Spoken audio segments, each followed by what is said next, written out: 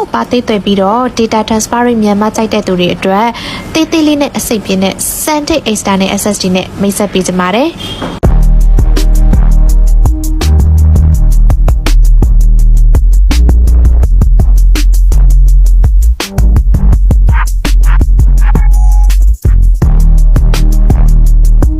USB 3.2 Gen 2ကိုမှ Type C connector နဲ့ဖြစ်သွားမယ်။ data ကူးပြောင်းနှုန်းမှာလည်းတစ်စက္ကန့်ကို write speed 1000 ms နဲ့ read speed 1050 ms ရေဆိုခံပြီးတော့2 meter drop protection function တွေကြောင့်လည်းအကျန်းခံမှုရှိတယ်။လက်ဖွားတစ်ဖွားစာတော့မရှိတဲ့အရွယ်စားနဲ့မို့လို့နေရာတိုင်းယူသွားနိုင်မှုအတွက် portable တိုက်လည်းဖြစ်သွားတယ်။ Type C cable နဲ့ Type C to USB ခေါင်းပြောင်းမှာပါဝင်မယ်။ iOS တွေ Android တွေ Windows တွေ macOS တွေနဲ့လည်းအလွယ်တကူချိတ်ဆက်အသုံးပြုနိုင်မှာဖြစ်ပါတယ်။ Official running 3 year ပါရှိမှာဖြစ်ပြီးတော့ 1TB ကို 9,800,000 ဝန်းကျင် 2TB ကို 8,000,000 ကျော်ဝန်းကျင်နဲ့ဝယ်ရရှိနိုင်မှာဖြစ်ပါတယ်။